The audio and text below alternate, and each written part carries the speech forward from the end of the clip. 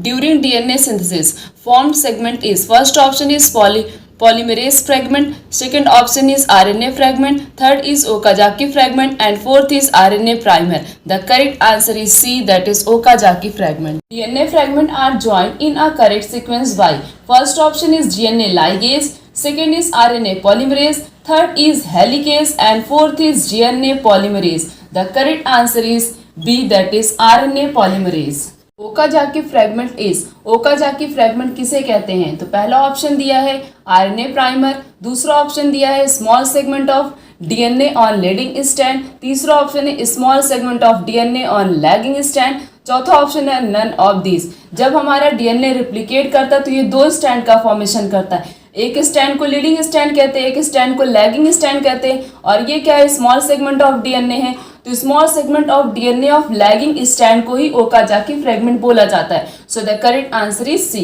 Smack is a drug obtain from, smack क्या एक प्रकार का ड्रग है, इसको ऑब्टेन किससे किया जाता है? तो पहला ऑप्शन दिया लेटिक्स ऑफ पेपमर सोमनीफेरम से ऑब्टेन किया जाता है, या फिर कैनाबिस सटाइवा के लीफ से ऑब्टेन किया जाता है, या फिर धतूरा के फ्लावर से ऑब्टेन किया जाता है, या फिर एरिथ्रोजाइलम कोका के फ्रूट से ऑब्टेन किया जाता है। स्मैक जो एक प्रकार का ड्रग है, इसको ऑब्टेन किया जाता है from the latex of Papaver somniferum. So the correct answer is ए।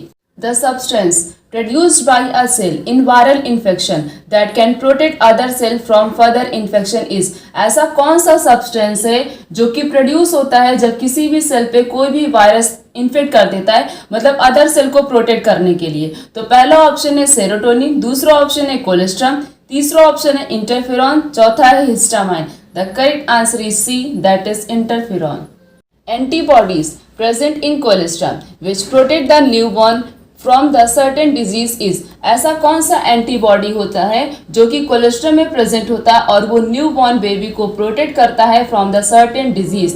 पहला ऑप्शन दिया आईजीजी टाइप, दूसरा ऑप्शन दिया आईजीए टाइप, तीसरा ऑप्शन दिया है आईजीडी टाइप, और चौथा दिया है आईजीई टाइप। तो आईजीए एंटीबॉडी क्या होता है? ये प्रेजेंट होता है कोलेस्ट्रम में जो बेबी को प्रोटेक्ट करता है from a certain disease. So the correct answer is B.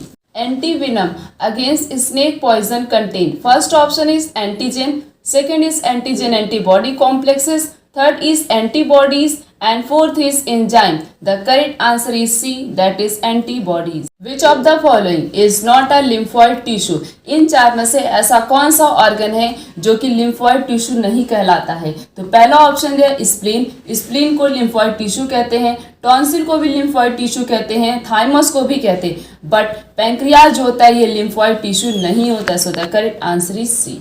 Which of the following gland is large sized at birth but reduce in size with aging?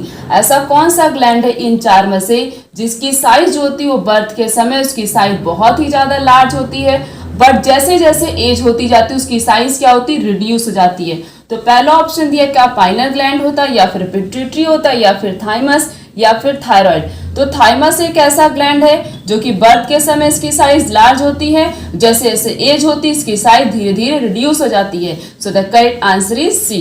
हीमोजॉइन is, haemozoin क्या है? तो पहला option दिया precursor of haemoglobin, दूसरा option दिया है toxin release from streptococcus infected cell, तीसरा option है टॉक्सिन रिलीज फ्रॉम प्लाज्मोडियम, चौथा ऑप्शन है toxin release from haemophilus infected cell. Haemozoin एक प्रकार का टॉक्सिक सब्सटेंस होता है, जैसे जैसे हमारी आरबीसी के नंबर्स रिड्यूस होते हैं उस समय हीमोजॉइन टॉक्सिक सब्सटेंस रिलीज होता है। So the correct answer is C.